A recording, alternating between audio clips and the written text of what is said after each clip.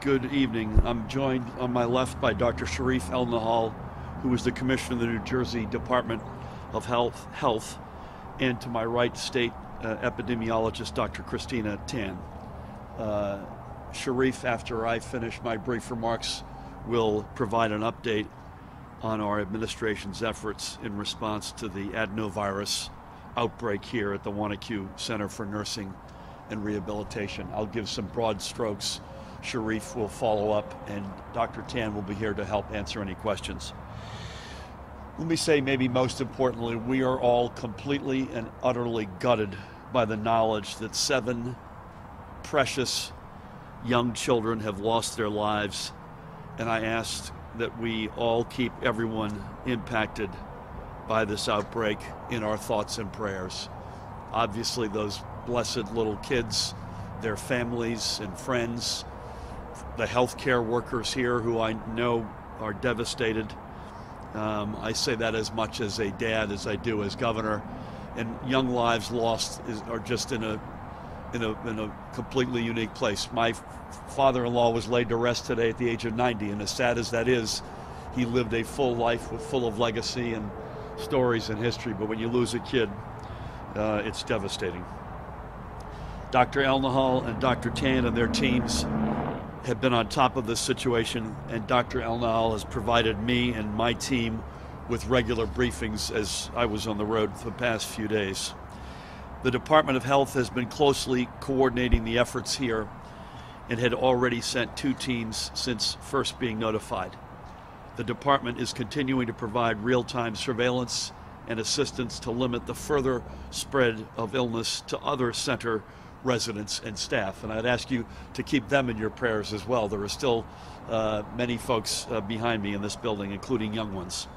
I remain confident that these efforts and those of other health officials will be invaluable to limiting this outbreak and its impacts.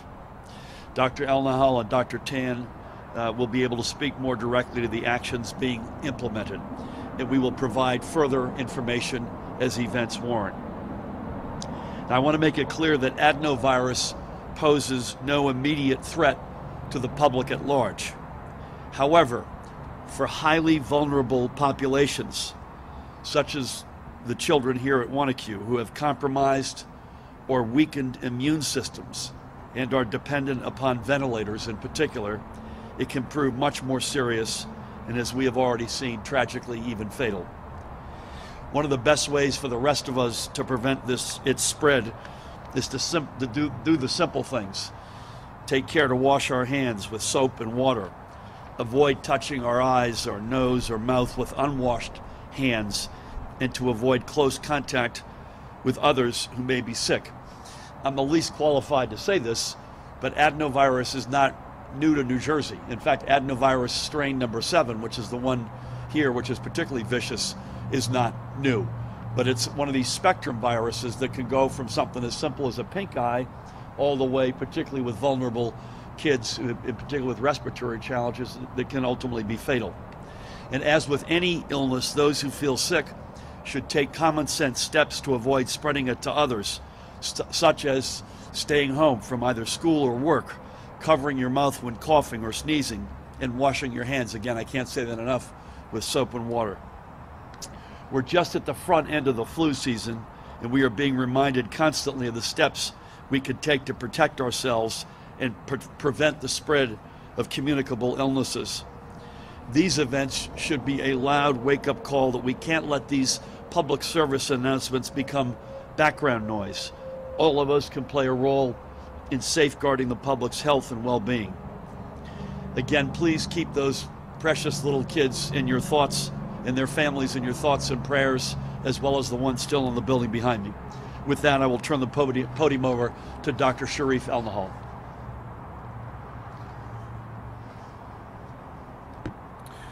Thank you, Governor. First and foremost, as the Governor mentioned, and as we all feel deeply, this is a very tragic situation.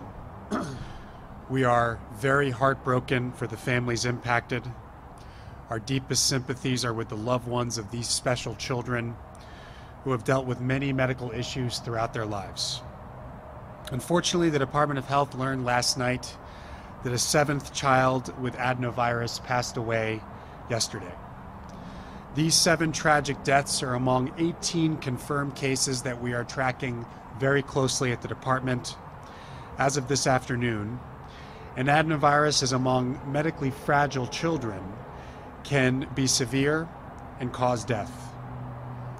Our greatest concern at this point is for the health and health care of the medically fragile kids who are currently living in this facility or have been transferred out to a different hospital in the area if they've gotten sick.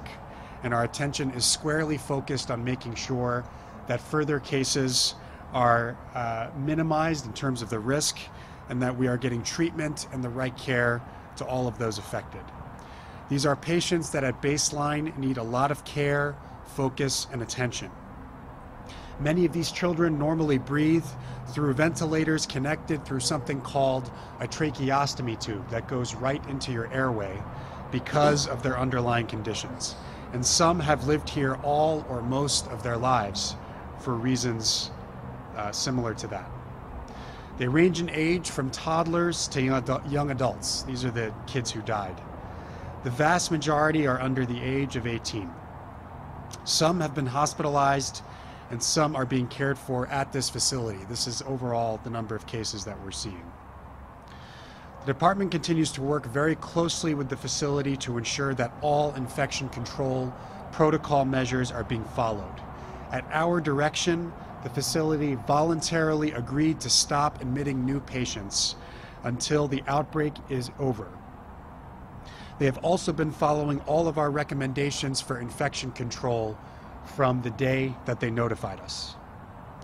We've had 2 different inspection teams at the facility since we were notified of this outbreak, and we currently have a staff member from the department's Communicable Disease Service who is on site here today, will be here throughout the weekend, and at least every working day after that until the outbreak is declared over. Normally, adenovirus, as the governor mentioned, causes a mild illness that only lasts a few days. Unfortunately, this strain of adenovirus number 7, its effect on medically fragile children with severely compromised immune systems can lead to the outcome we're seeing. It is a strain that particularly affects communal living arrangements, as the governor mentioned. It is not the first outbreak like this in New Jersey. And it's been known to cause more severe illness even in those with normal immune systems, let alone these children. Each year there are hundreds of viral outbreaks in nursing homes and assisted living facilities. In this case, it is the combination of the strain of the virus, but more importantly, the fact that these kids are medically fragile at baseline and that any disease affects them more than the general population. So while it is possible that a family member visiting a child here or other folks entering, including the clinical staff that work here, could get the virus, it is much less likely that they will have severe illness and much, much less likely that they will pass away from this illness. During the course of our work with the facility, we did a surprise inspection to ensure that all infection protocols were being followed, especially since we educated as to how they should approach this. And the inspectors did find minor issues with hand washing. The facility has already started work to fix this at our direction. It can be difficult to impossible to know how the virus got to the facility, what its source was, or what its specific mechanism of spread is from person to person. But we are working with the CDC on this ongoing outbreak investigation, and they're providing guidance as well as technical assistance as well as lab confirmations of the particular strain of virus that we're seeing. We're also working closely with local public health officials here in Wanaque, including the public health nurse Bernadette McDavitt, who has been tremendously helpful and responsive. For context, this virus has been here before in New Jersey, but make no mistake, the consequences here have been drastic, and this has been absolutely wrenching for families, community members, our department, myself personally, and the governor. Since the day we were made aware of this outbreak, our Communicable Disease Services team, led by Dr. Christina Tan, here to my right, worked literally every day to minimize the impact of the outbreak, and we will continue to do so until the outbreak ends. For us, 4 weeks are needed without an additional case reported before we declare the outbreak over. And until then, we will work tirelessly to protect the public health of all New Jerseyans to the best of our ability, especially the most vulnerable among us. Thank you. Thank you, Shereef. With that, we'll take questions, and I'd ask you to limit it to this, as this is a public health crisis, limit it to this topic, please.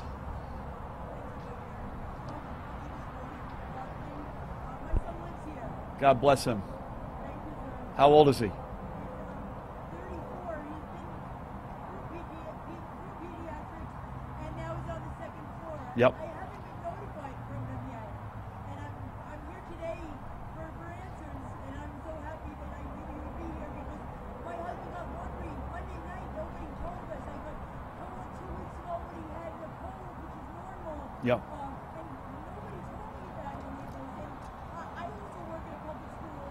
I've taken his laundry home. Yep. I'm here for answers, and I thank you for helping us. Okay. And, God bless you.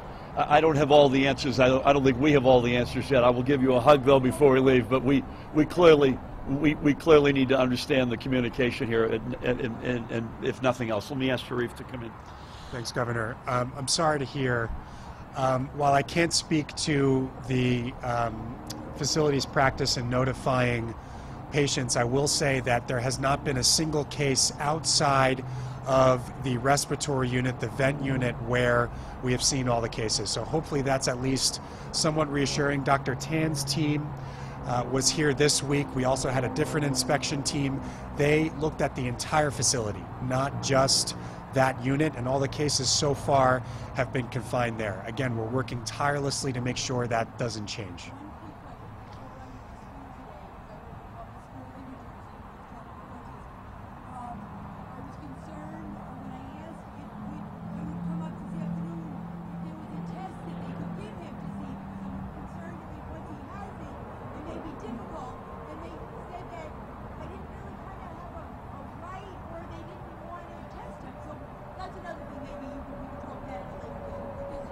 Happy to. Okay. Thank you for that, ma'am. You were in our prayers too. Please.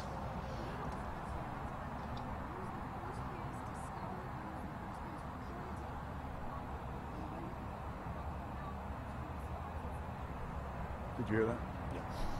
Yeah. So we learned that the first symptom onset for a patient was on September 26th. Is that correct, Dr. Tan? We were notified on October 9th. And we were notified actually after hours. The very next morning, we began our surveillance work with the facility. And the surprise inspection on site happened this past weekend. And we've been on site with Dr. Tan's team since then.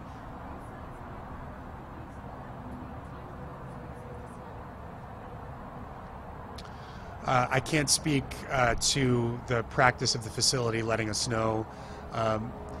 They have to notify us when there is identification of an outbreak.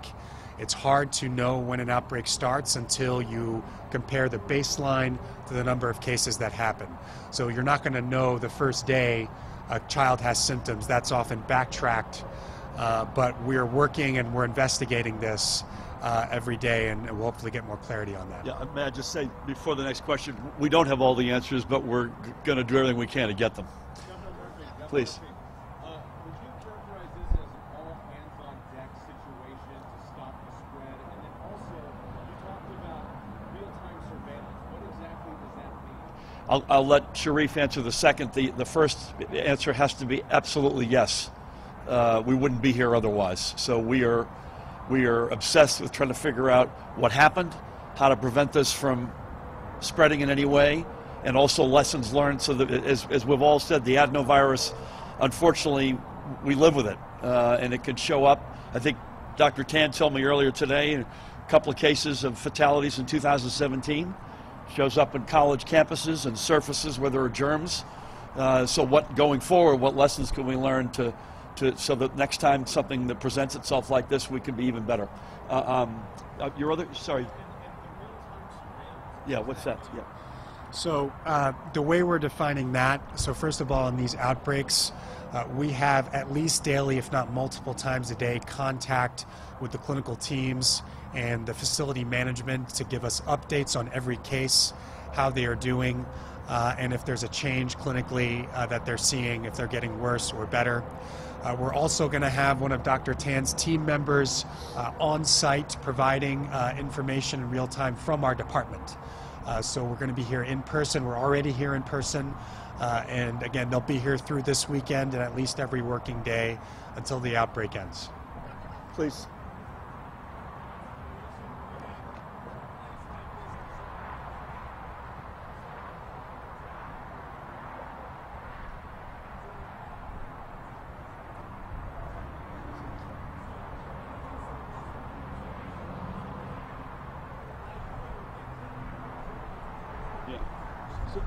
So the question is an option to shut the place down.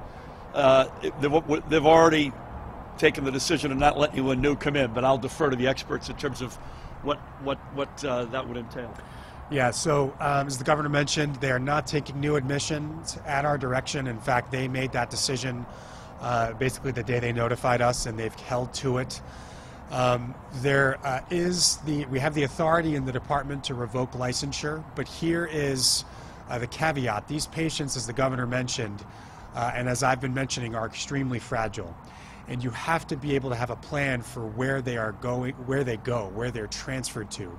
And the sad reality is there aren't that many facilities that are able to care for them. So that decision would only be made down the road. If we have to make that decision down the road, we will. The facility thus far has been cooperating with everything we've asked them to do, and we have a person on site making sure that they're all following infection control protocols, and will continue to do so. May I just ask Dr. Tan to come in just for a second, if you could, a minute more color on adenovirus, how it evidence itself, the spectrum from the more benign end to the more sinister end. Right, adenovirus, as the governor and commissioner have mentioned, does present with a myriad of different symptoms. Can usually results in mild respiratory illnesses. However, certain strains are associated with more severe illnesses that can result in hospitalizations and deaths. I mean, again, as alluded to before, adenovirus 7 has been associated with various outbreaks in New Jersey in the past, and deaths as well. Adenovirus also, we have to recognize, is challenging in outbreak circumstances because we have to consider issues with the virus being persistent in the environment. So, we always, take a lot of steps to encourage facilities to exercise a lot of different infection control measures, not only ensuring that the individuals in a facility the well people are separated from the ill people, but making sure that appropriate precautions that staff follow with the patients, as well as with environmental cleaning and disinfection does occur. Thank you, Dr. Tan. I appreciate that. Please.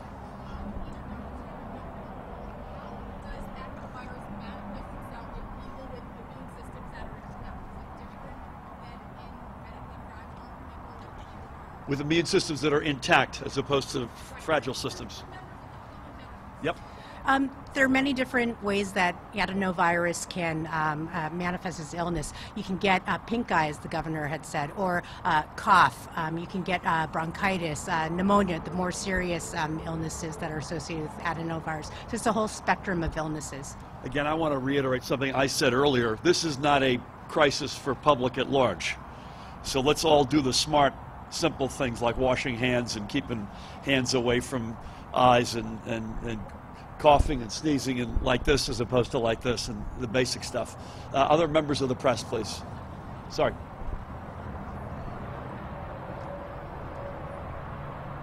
Is there anything we could say? By the way, I'm losing my hearing. I feel like I'm in a surround sound amphitheater here. Anything regarding previous violations? So these are public reports.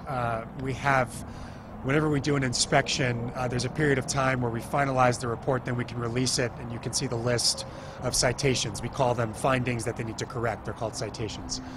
We were last here before this past weekend in August, and there were a number of, again, low-level self-limited deficiencies that they had to correct.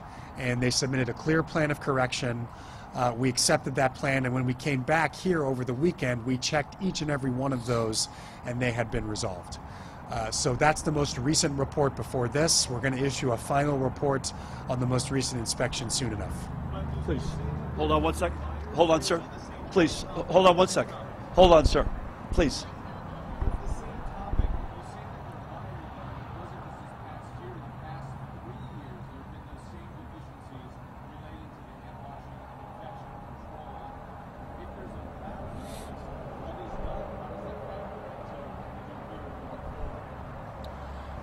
So this is in no way to defend the practices of any particular facility. I will say that it is rare that in any inspection a facility would come out with no citations.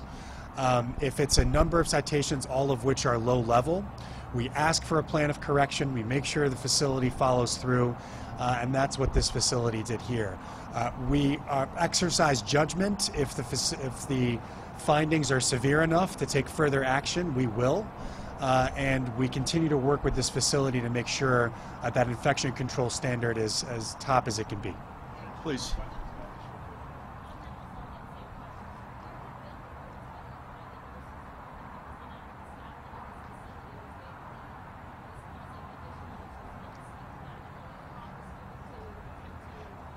So I'll defer to the experts here, Dr. Tan and Dr. Elnahal, but I've heard from the same places. I've just been in touch with the leaders of two organizations that are represented here. This is an ongoing discussion in New Jersey. Staffing levels is a constant point of contention, as I think it rightfully should be. Having said that, I'm not qualified to say that that was a contributing factor here. I've heard the same thing, though. It is a real issue that we need to get our arms around. I'll defer to the experts on whether or not that's a contributing factor here. Thanks, Governor. Staffing was not a citation in the most recent survey or the survey before that in this facility. That's all I can say. There are staffing standards that regulate medical facilities more generally. I'll have to look at the full report once it's complete to be able to give a full answer to that. The debate more often than not is, and again, I'm not the expert, so please, as if I have to say that, I'll reiterate that. The debate is more often than not, are the standards right, as opposed to whether or not there was a violation of the standard. Maybe one more, please.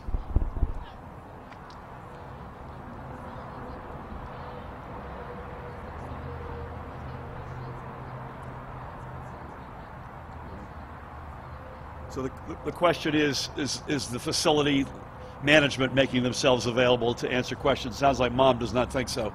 I don't have any comment on that other than the lack of communication appears to be an issue here. Yeah. I don't have to be an expert, but I am a dad, and to say that's just completely unacceptable. I don't know why, but that can't be right. So I want to say thank you for bearing with us in this chilly moment. I want to thank Dr. Tan, who's an extraordinary professional, Dr. Elnahal, likewise. I mentioned this in passing in my remarks, but as this unfolds, you should assume you'll continue to hear from us, as this is a dynamic process. Keep all these families in your prayers and the healthcare workers, and we will be in touch as soon as we have any further meaningful events or issues to discuss. Many thanks.